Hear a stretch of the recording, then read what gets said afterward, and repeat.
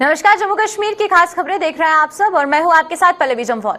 तो चलिए शुरुआत करते हैं आज की जम्मू कश्मीर की खास खबरों की। और सबसे पहले आपको जम्मू की एक बड़ी खबर से रूबरू करवाएंगे। आपको बता दें कि स्वर्गीय दीपक चंद के परिवार से मिलने के लिए कुछ ही समय में उपराज्यपाल मनोज सिन्हा पहुंच रहे हैं। 7 अक्टूबर को जो आतंकियों द्वारा हत्या की गई थी स्कूली टीचर स्वर्गीय दीपक चंद की, उसको लेकर आज उपराज्यपाल मनोज सिन्हा उनके आवास पर पहुंचेंगे। आतंकियों ने स्कूल की प्रिंसिपल को भी निशाना बनाया था और उसके बाद बात करें तो स्वर्गीय दीपक चंद के परिवार में जो शौक का माहौल था उसको देखते हुए आज उपराज्यपाल मनोज सिन्हा उनके आवास पर पहुंचेंगे, उनके परिजनों से मुलाकात करेंगे और उसको लेकर किस तरीके की वहां पर हमें देखने को मिल रहा है। सिक्योरिटी के हवाले से भी बात करें और साथ ही साथ अगर बात करें तो क्या और भी वहां पर नेता मौजूद होंगे या नहीं, एक सवाल है और सारी जानकारी हम आपको कुछ ही देर में देंगे। लेकिन वहीं पर एक सबसे बड़ी खबर यह है क्योंकि जिस तरीके का माहौल कश्मीर में बना हुआ है उसको लेकर जितने भी अल्पसंख्यक है उनको निशाना बनाया जा रहा है और उसी के तहत 7 अक्टूबर को एक मामला सामने आया था और उसमें हमें देखने को मिला था कि स्कूली टीचर दीपक चंद की वहां पर हत्या कर दी गई थी और उसी के साथ जो प्रिंसिपल थे वहां के स्कूल की उनको भी निशाना बनाया गया था। लेकिन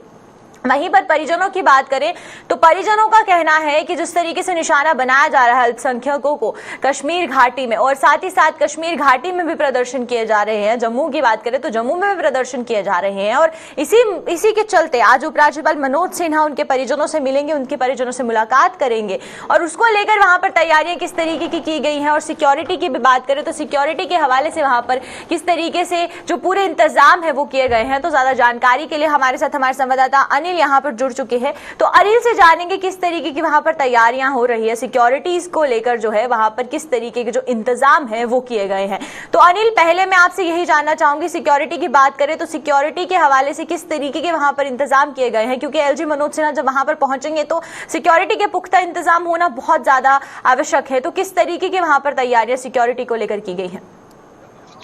आवश्यक तो जरूर है। मैं इससे पहले आपको बताना चाहूंगा कि लगातार जो है सुरक्षा व्यवस्था को जो है यहाँ की अगर हम बात करते हैं चौक चौबंद कर दिया गया है और लगातार सुबह से ही तैयारियां चल रही थी। और इसके साथ साथ मैं आपको एक अहम चीज बताना चाहूंगा कि स्वर्गीय दीपक चंद मेहरा की बात करें तो 7 तारीख को जो है कश्मीर घाटी के अंदर आपने देखा था कि स्कूल के अंदर जाकर जो है आतंकियों द्वारा जो है उनकी निर्मम हत्या की जाती है। सुप्रीम कोर्ट हो उनकी भी जो प्रिंसिपल थे उनकी निर्मम हत्या की जाती है कश्मीर घाटी के अंदर। और उसी के चलते लगातार जम्मू कश्मीर की प्रशासन जो है वो पूरी तरह से एक बड़े अहम फैसले लेती हुई नजर आ रही है। कश्मीर घाटी में आप देख रहे हैं कि एनआई की लगातार जो है वो रेड जारी है और इसके साथ साथ तमाम सुरक्षा व्यवस्था को जो है चौक चौबंद करने की तरफ से माननीय उपराज्यपाल ने उसी दिन आश्वासन दे दिया कि वहां पर जितने भी अल्पसंख्यक के लोग हैं उनको सुरक्षा व्यवस्था प्रदान करना मेरी जिम्मेदारी है, मैं उस जिम्मेवारी को जरूर निभाऊंगा। आप देख रहे हैं कि आज स्वर्गीय दीपक चंद मेहरा की अगर हम बात करें तो आज उनके घर पर जो है लगातार सुरक्षा व्यवस्था का पूरी तरह से यहाँ पर चौक चौबंद कर दी गई है। और इस वक्त जो तस्वीरें हम आपको जम्मू के इलाके की दिखाने की कोशिश कर रहे हैं, ये तस्वीरें कुछ देर पहले यहाँ पर की बात करें तो डॉक्टर राघव लंगर यहाँ पर पहुंचे हैं, डीसी जम्मू यहाँ पर पहुंचे हैं और जिस तरह से आप देख सकते हैं कि आज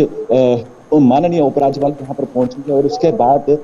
इस तरह का आश्वासन या क्या कुछ प्रधान इनके परिवारों को या उनकी व्यवस्था जो है वो देखने वाली होगी कि क्या कुछ अपनी तरफ से जो है अगर हम बात करें तो व्यवस्था को लेकर या इनके परिवार को कोई क्या आश्वासन देते हैं वो तो देखने वाला समय ही बताएगा। मगर आप देख सकते हैं कि इस वक्त जो तस्वीरें हम आपको दिखाने की कोशिश कर रहे हैं ये लाइव तस्वीरें हम उनको पूरे घर की छत की तस्वीरें दिखाने की कोशिश कर रहे हैं। और सुरक्षा व्यवस्था की अगर हम बात करते हैं तो सुरक्षा व्यवस्था जो है पूरी तरह से यहाँ पर जो है चौक चौबंद कर दी गई है। हालांकि अब ये देखने वाला समय होगा कि माननीय उपराज्यपाल। देखिए अनिल, मैं आपसे ये भी जानना चाहूंगी, आपने प्रशासन की बात की कि जो प्रशासन है वो कदम उठा रहा है ताकि अल्पसंख्यक जो घाटी में रहते हैं उनको सुरक्षा मुहैया करवाई जाए, लेकिन फिर वहीं पर इस घटना के बाद जो प्रदर्शनों का सिलसिला है वो जारी हो गया और कश्मीरी माइग्रेंट्स का भी यही कहना है कि सरकार उनको वापस घाटी भेजने की बातें तो कर रही है लेकिन सिक्योरिटी को लेकर अभी तक कोई इस तरीके का कदम नहीं उठाया गया। तो क्या आप जब उपराज्यपाल वहां पर पहुंचेंगे, उनके परिवार से मुलाकात करेंगे, तो क्या लगता है कि एक बड़ा फैसला आ सकता है कि वहां पर जो अल्पसंख्यक है उनको सिक्योरिटी को लेकर कुछ बड़ा फैसला आ सकता है या जो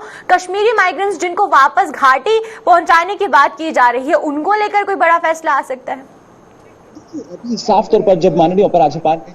जिस दिन ये घटना घटी है और उसी के बाद उन्होंने आश्वासन दिया है कि जल्द से जल्द वहां पर जो है जितने भी अल्पसंख्यक लोग हैं वहां पर जो है उनकी सुरक्षा प्रदान करना मेरा दायित्व है और उसको मैं पूरी तरह से निभाऊंगा और उन्होंने ये पूरा करने की कोशिश भी कर रहे हैं। आप देख सकते हैं कि कश्मीर घाटी में हर एक सुरक्षा चौक चौबंद कर दी गई है और इस वक्त अगर हम बात कर रहे हैं तो जितने भी माइग्रेंट्स की अगर हम बात करते हैं तो उन्होंने साफ तौर पर कहा है कि उनकी सुरक्षा व्यवस्था प्रदान करना मेरी जिम्मेदारी है। हालांकि एक चैनल पे इंटरव्यू देते हुए उन्होंने यही साफ तौर पर कहा था कि सुरक्षा व्यवस्था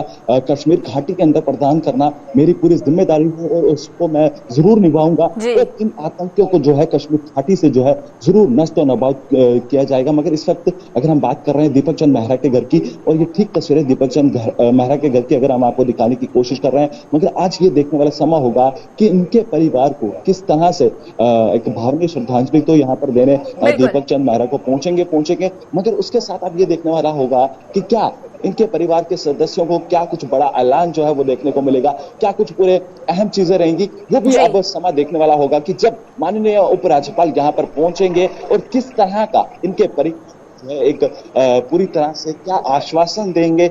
कुछ बातें रखेंगे, वो भी हम आप तक पहुंचाने की पूरी तरह से जरूर कोशिश करेंगे। जी चलिए, बहुत बहुत शुक्रिया अनिल आपका हमारे साथ जुड़ने के लिए और तमाम जानकारी देने के लिए। और ये थे हमारे साथ हमारे संवाददाता अनिल, और जिस तरीके से अनिल ने हमें वहां पर किस तरीके की तैयारियां हुई हैं और जो सिक्योरिटी के लेकर किस तरीके के वहां पर इंतजाम किए गए हैं उसके बारे में बताया, क्योंकि 7 अक्टूबर को जो आतंकी घटना वहां पर हुई थी घाटी पर, उसको लेकर एक स्कूली टीचर की हत्या कर दी गई थी और साथ ही साथ प्रिंसिपल को भी निशाना बनाया गया था। लेकिन वहीं पर अब दीपक चंद के परिवार से मिलने के लिए एलजी मनोज सिन्हा पहुंच रहे हैं और उसको लेकर अब उन परिवार के जितने भी लोग हैं उनको किस तरीके का आश्वासन दिया जाता है, क्या कंपनसेशन दी जाती है या फिर कुछ एक बड़ा फैसला उनके लिए लिया जाता है, ये भी देखना जरूरी रहेगा।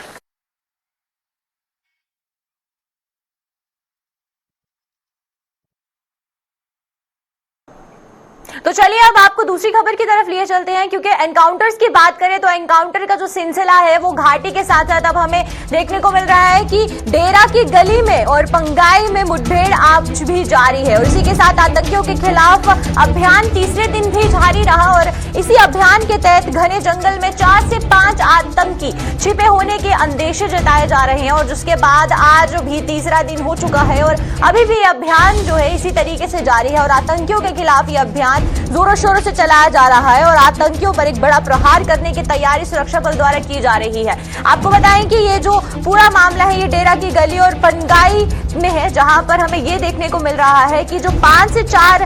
से 5 आतंकी वहां पे छिपे होने के अंदेशे लगाए जा रहे थे, जिसके बाद से ये अब जो तीसरा दिन है अभियान का, जो कि जिस तरीके से शुरू है वहां पे अभियान और आज 3 दिन हो चुके हैं और इन आतंकियों को आतंकवाद को जड़ से उखाड़ने के लिए ये जो अभियान है ये चलाया जा रहा है और साथ ही साथ आपको ये भी बताएं कि आतंकियों के लिए एक बड़ा प्रहार करने की जो तैयारी है वो भी सुरक्षा बल ले रहे हैं। हालांकि अगर हम सुरक्षा बलों की बात करते हैं तो सुरक्षा बल द्वारा पूरे तरीके से जो चाक चौबंद है वो बढ़ा दी गई है और पूरे तरीके से जो सर्च ऑपरेशन वहां चलाया जा रहा है उसको बड़े पैमाने पर चलाया जा रहा है और 3 दिन से ये सर्च ऑपरेशन चल रहा है। वहीं पर अब आगे का क्या कुछ अपडेट है सर्च ऑपरेशन से आ रहा है, ज्यादा जानकारी के लिए हमारे साथ हमारे संवाददाता जमशीद यहाँ पर जुड़े हुए हैं, तो जमशीद की तरफ रुख करेंगे और उनसे जानेंगे कि आखिरकार अभी तक क्या कुछ अपडेट आया है। जमशीद, बात करें सर्च ऑपरेशन की तो आज 3 दिन हो चुके हैं सर्च ऑपरेशन को चलते हुए, तो अभी अपडेट की बात करें तो अभी का अपडेट सर्च ऑपरेशन का क्या निकलकर सामने आया है? बिल्कुल, अगर ये कहें कि आज तीसरे रोज भी वही सर्च ऑपरेशन चल रहा है और सेना की तरफ से लगातार इस जंगल के इलाके को टारगेट भी किया जा रहा है, जहां हैवी शेलिंग सेना की तरफ से की जा रही है, मगर मिलिटेंट की तरफ से आगे कोई जवाब सेना की तरफ को नहीं दिया जा रहा है। इसको देखते हुए ये कहा जा सकता है मिलिटेंट इस घने जंगल में छुपे हुए हो सकते हैं, मगर अभी सेना इस जंगल के अंदर एंटर नहीं हो पाई है क्योंकि बहुत ज्यादा घना जंगल होने के कारण सेना को कई किस्म की मुश्किलात का सामना करना पड़ता है। देर रात को हम देखते हैं ड्रोन चढ़ाए जाते हैं और इस वक्त भी शेलिंग रुक कर देखने को मिल रही है। हालांकि कल डीआईजी राजौरी से ये बात कही थी कि एक बार मिलिटेंट के साथ कांटेक्ट हुआ था, उसके बाद दोबारा कांटेक्ट नहीं हो पाया, जिसका हमने देखा कि हैवी शेलिंग की गई और आज दोबारा उसी तरह का माहौल देखने को मिल रहा है। फिर एक बार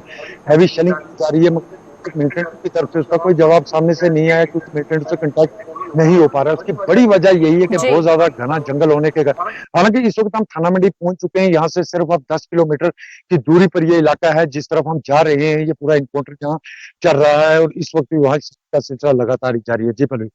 वहीं पर ऑफिशियल्स की बात करें जमशेद, तो अभी तक ये जो सर्च ऑपरेशन चल रहा है ऑफिशियल्स की तरफ से, इसको लेकर किस तरीके का जो अभी तक स्टेटमेंट्स है वो जारी की गई है, या जो अभी तक इंफॉर्मेशन पूरी दी गई है कि ये जो सर्च ऑपरेशन और कितना लंबा चल सकता है, और जो आतंकी वहां पर छिपे हुए हैं उनको मारने के लिए किस तरीके के और कदम, कड़े कदम जो है वो सिक्योरिटी फोर्सेज उठा सकती है?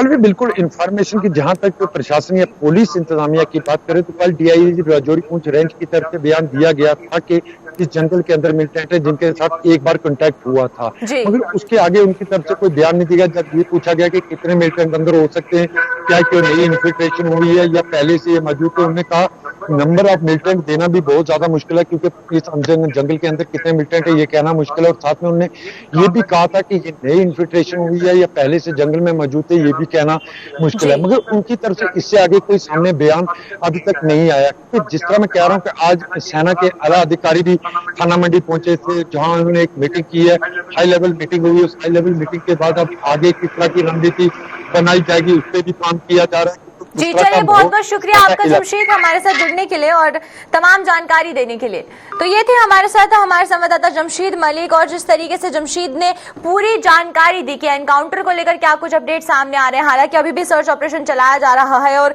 एक बड़े पैमाने पर जो सर्च ऑपरेशन है वो चलाया जा रहा है, जिसको चलाए हुए आज 3 दिन पूरे हो चुके हैं। और इस सर्च ऑपरेशन को अब चीजें क्या निकल कर सामने आएगी, क्योंकि अभी भी इन घने जंगलों में 4 से 5 आतंकी छिपे होने की आशंका जताई जा रही है। अब उनको लेकर क्या एक बड़ा कदम उठाया जाएगा सिक्योरिटी फोर्सेस के हवाले से, और सिक्योरिटी फोर्सेस कितना बड़ा यहां पर जो सर्च ऑपरेशन है इसको चलाएगी, ये देखना बहुत जरूरी रहेगा।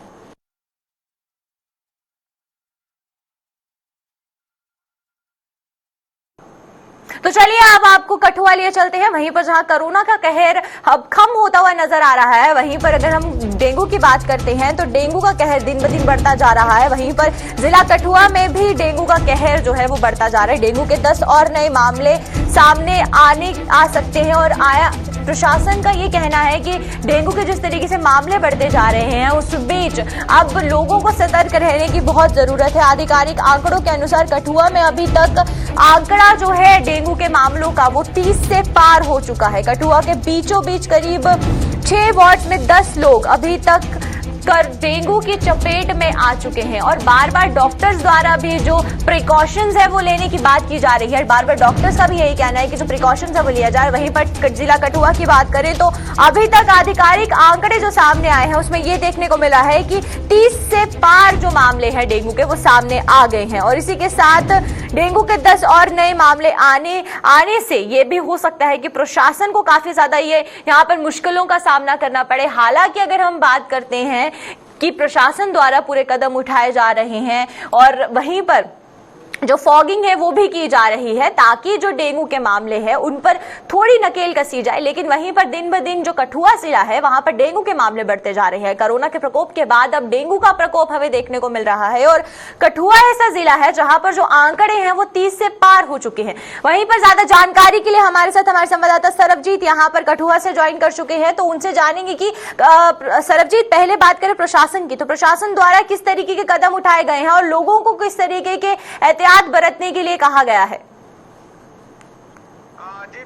जी बिल्कुल पल्लवी, पिछले 15 दिनों की अगर बात करें तो डेंगू का डंक इलाकों में लगातार बढ़ता ही जा रहा है, और 30 से अधिक मामले जो हैं अभी तक कठुआ में संक्रमित सामने आ चुके हैं। मात्र एक दिन की अगर बात करें तो एक दिन में 10 नए मामले जो हैं कठुआ जिला में सामने आए हैं। लगातार कठुआ जिला में डेंगू के मामलों में लगातार इजाफा हो रहा है, और प्रशासन ने भी अभी कमर कस लिया। जितने भी इलाकों में यहाँ पर डेंगू के पॉजिटिव सामने आ रहे हैं वहाँ पर जरूरी दवाओं का छिड़काव किया जा रहा है। वहीं अगर बात करें तो पहले मामले जो हैं वो जिला मुख्यालय से सटे हुए इलाके, ग्रामीण इलाकों में सामने आए थे, लेकिन अब शहरी इलाकों से भी कई मामले जो हैं वो डेंगू के सामने आए हैं, जिसके बाद नगर परिषद कठुआ की टीमें जो हैं वो लगातार हर वार्ड में जहां पर फॉगिंग कर रही है, जरूरी दवाओं का छिड़काव किया जा रहा है, लोगों को अवेयर किया जा रहा है किस प्रकार से अपने और अपने परिजनों का बचाव कर सकते हैं, क्या क्या जो है आपको जो जो परेशानियां जो लोगों को आ रही हैं उनको किस तरह से निजात जो है वो लोगों को दिलवाई जाए, इसको लेकर नगर परिषद के साथ साथ स्वास्थ्य विभाग की टीमें भी यहाँ पर लगी हुई हैं। लेकिन अभी भी लोगों में कहीं ना कहीं रोष है कि स्वास्थ्य विभाग की टीमें जो है समय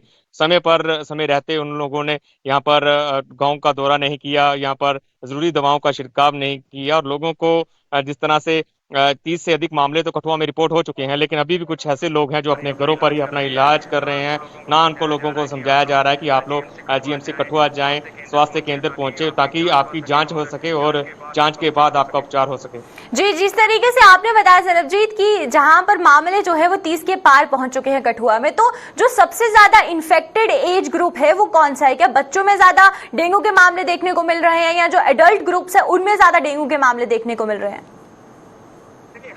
देखिए, हर वर्ग के लोग हैं जो इस डेंगू की चपेट में यहाँ पर आए हैं। बच्चे भी हैं और जवान भी हैं, और जो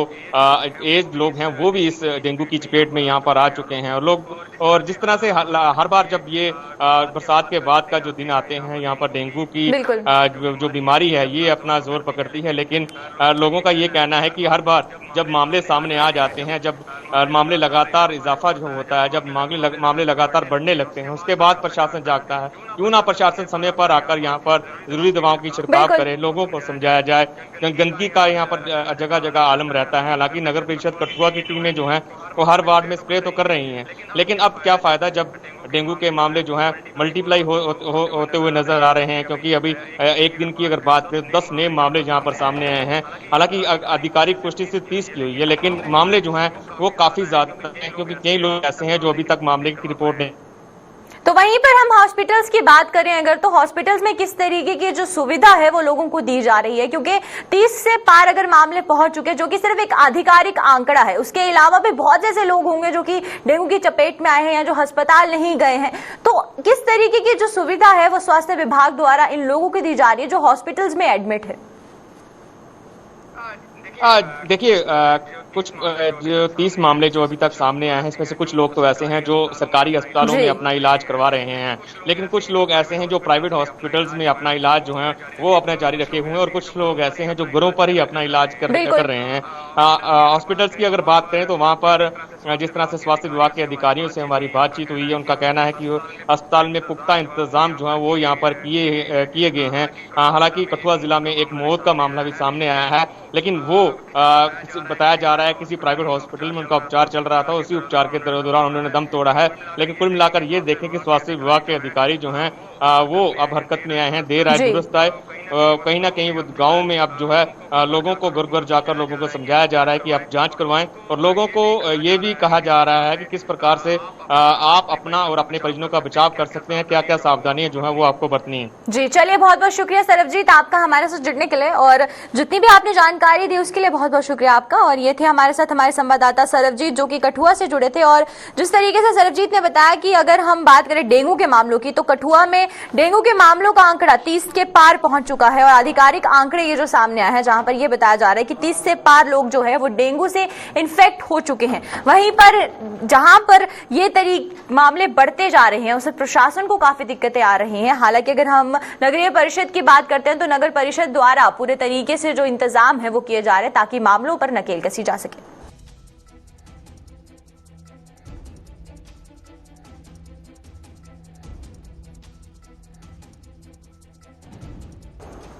तो चलिए, कठुआ के बाद बात करते हैं हम सांबा की। सांबा की बात करें तो अब ड्रग तस्करों पर सांबा पुलिस ने नकेल कसना शुरू कर दी है, और पुलिस ने ड्रग तस्करों के खिलाफ एक अभियान जारी कर दिया है, जहां पर हमें देखने को मिला कि 36 ग्राम चिट्टे के साथ एक तस्कर को गिरफ्तार किया गया है। और साथ ही साथ ये जो पूरे का पूरा गिरोह है, इस पर नकेल कसने के लिए पुलिस ने अभियान जारी कर दिया गया है। और सांबा के राया मोड़ से एक नाके पर एक बड़ी सफलता मिली है, जहां पर पुलिस ने 36 ग्राम चिट्टे के साथ एक तस्कर को गिरफ्तार किया है। और ड्रग तस्करों के खिलाफ ये जो अभियान है ये जोरों शोरों से चल रहा है। 1,44,000 रुपए की जो कीमत है वो चिट्टे की बताई जा रही है, जिसको पुलिस ने बरामद किया है। और इसी के साथ अब तस्कर पर किस तरीके की जो नकेल है वो कसी जाएगी, जो पूरे का पूरी कार्यवाही है वो की जाएगी, क्योंकि ये गिरोह पूरा शामिल है इसके पीछे। और इस पूरी ट्रैफिकिंग पर पूरे तरीके से नकेल लगाने के लिए बहुत जरूरी है कि पुलिस द्वारा कि जो अभियान है वो जोरों शोरों से चलाया जाए। और ज्यादा जानकारी के लिए हमारे साथ हमारे संवाददाता ऋषि यहाँ पर सांबा से जुड़ चुके हैं। हैं और सांबा से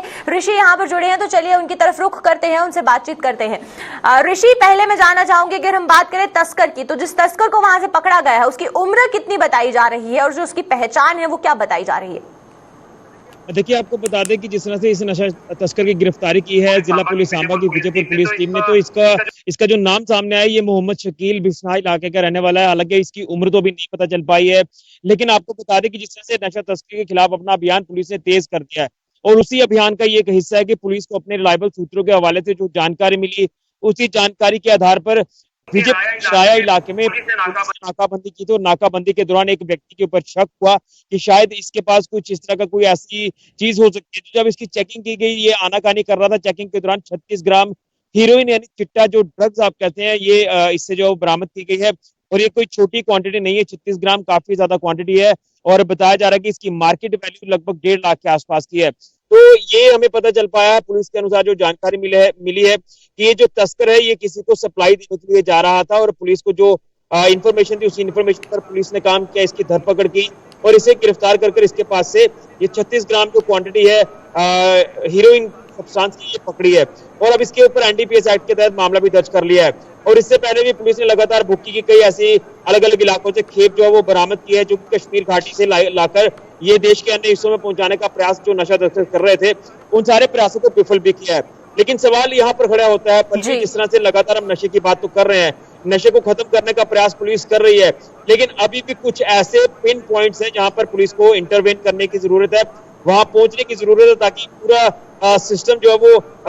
हाईजैक किया जाए नशा तस्करों का। क्योंकि सरोर इलाका, एक बार फिर से आपको बताना चाहता हूँ, जो सरोर इलाका है, यहाँ पर काफी ज्यादा नशा तस्करी के जो प्रयास है ये किए जाते हैं। वहां नशा लाया भी जाता है और वहां से नशा बाहर सप्लाई भी किया जाता है। हालांकि पुलिस को भी इसको लेकर पूरी खबर है, लेकिन पुलिस भी कहीं ना कहीं वहां पर इतनी बड़ी कार्रवाई अभी नहीं कर पा रही। इससे पहले पुलिस ने इन इलाकों में रहने वाले जो लोग हैं उनको वार्न किया कि अगर आपके इलाके में कोई भी आपके लोकेलिटी में ऐसा व्यक्ति मिलता है जो नशा तस्करी कर रहा हो, तो उसको बख्शा नहीं जाएगा। कई बार वार्न करने के बाद भी ये सिलसिले थम नहीं रहे और खासतौर पर मैं सरोर इलाका जो मैं जिक्र कर रहा हूँ, तो सरोर इलाके में रहने वाले जो लोग हैं वो भी काफी ज्यादा परेशान है कि यहाँ आए दिन नशा तस्कर आते हैं, यहाँ लोग नशा कंज्यूम करने के लिए आते हैं। तो इस तरह की पुलिस को कार्रवाइयां करने की जरूरत है और नशा तस्करों की धरपकड़ करने की जरूरत है। हालांकि इस कामयाबी को भी हम बड़ी कामयाबी जरूर मान के चल सकते हैं कि 36 ग्राम लेकिन देखिए ऋषि, अगर बात करें हम लोग नशा तस्करी में, तो ज्यादातर आमूमन यही देखने को मिलता है कि जो युवा पीढ़ी है वो नशों की तरफ ज्यादा सक्रिय नजर आ रही है। तो क्या कुछ लगता है कि जागरूकता की कमी है या फिर जो बच्चे हैं उनको पहले से ही इसके बारे में जो प्रोज एंड कॉन्स है वो उनको पता नहीं है कि अगर वो नशा करेंगे तो उससे उनकी हेल्थ पर भी असर पड़ेगा और समाज पर भी इसका असर साफ दिखने को मिलेगा? देखिए, आपको बता दें कि नशे के खिलाफ जो अभियान चलाया जा रहा है या फिर अवेयरनेस प्रोग्राम्स किए जा रहे हैं, ये कई अरसों से किए जा रहे हैं और मुझे लगता है कि युवा पीढ़ी पूरी तरह से अवेयर भी है। लेकिन कहीं ना कहीं कुछ ऐसे तत्व हैं जो युवा पीढ़ी को पूरी तरह से इसके चंगुल में फंसा रहे हैं, इनकी जिंदगी बर्बाद कर रहे हैं। हालांकि इनके पेरेंट्स को भी पता है, लेकिन पेरेंट्स भी कहीं ना कहीं कुछ बातों को छुपाते हुए नजर आते हैं। हमने कई ऐसे केस देखे हैं जब युवाओं को गिरफ्तार किया जाता है नशे की खेप के साथ, जब उनके पेरेंट्स को पुलिस स्टेशन में बुलाया जाता है तो अलग अलग तरह के तर्क दिए जाते हैं। देखिए, हमें बच्चों से डर लगता है, हमारे बच्चे कहीं इस तरह का स्टेप ना उठा ले, तो इसलिए वो रोक नहीं पाते हैं। लेकिन शायद वो बहुत बड़ी गलती कर रहे हैं कि बच्चे को आगे जो वो एक एक्सपोजर दे रहे हैं कि आप बढ़ते जाओ आगे, हम आपके पीछे बैठे हो, आपको सपोर्ट करेंगे। तो शायद ये चीजें हैं, ये मानसिकता बदलने की काफी जरूरत है। और खासतौर पर ये जो व्यक्ति पकड़ा गया है मोहम्मद शकील, ये भी हो सकता है कि किसी युवा को जो सप्लाई देने के लिए जा रहा हो या फिर लोग हो सकते हैं जो उससे सप्लाई लेने के चक्कर में वहां पर ऑलरेडी बैठे हुए थे। तो ये सारा का सारा जो नेक्सस है, ये जो षड्यंत्र रचाया जा रहा है, इसके ऊपर पुलिस को और बड़े स्तर पर काम करने की जरूरत है। हालांकि पुलिस को कामयाबी जरूर हाथ लग रही है, इसमें कोई दो राय नहीं है, लेकिन मिलकर काम करना होगा अगर समाज से इस नशे को पूरी तरह से खत्म करना है। देखिए ऋषि, आखिरी सवाल मेरा ये रहेगा कि जिस व्यक्ति से ये पूछताछ की जा रही है अभी, क्या उसने ये बताया कि वो कहाँ से ये नशा लेकर आ रहा था और कहाँ पर उसको जाकर इसे सप्लाई करना था? इसके बारे में किसी तरीके की कोई जानकारी दी गई हो? देखिए, बिल्कुल पल्लवी, आपको बता दें, ये जो नशा तस्कर है मोहम्मद शकील, ये बिश्नाह इलाके का रहने वाला है और बिश्नाह ये विशेष समुदाय के लोग बिश्नाह इलाके में एक पर्टिकुलर एरिया में रहते हैं और वहां से ये बाइक पर सवार होकर ये राय इलाके तक पहुंचा है। यानी कहीं ना कहीं जो सप्लायर है या जो कंज्यूम करने वाले हैं, ये इन सभी का कांटेक्ट जो वो लाइजनिंग काफी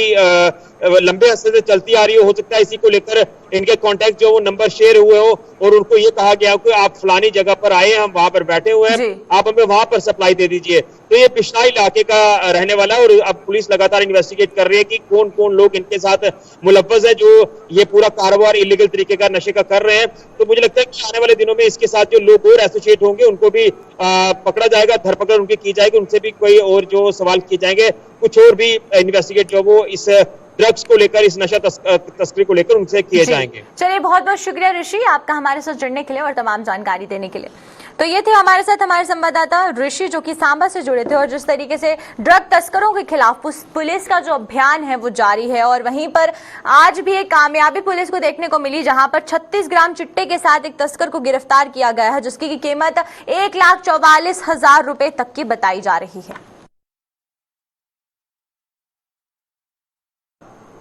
तो चलिए, अब तक की जम्मू कश्मीर की खास खबरों में फिलहाल इतना ही। मुझे और मेरी पूरी टीम को दीजिए इजाजत। नमस्कार।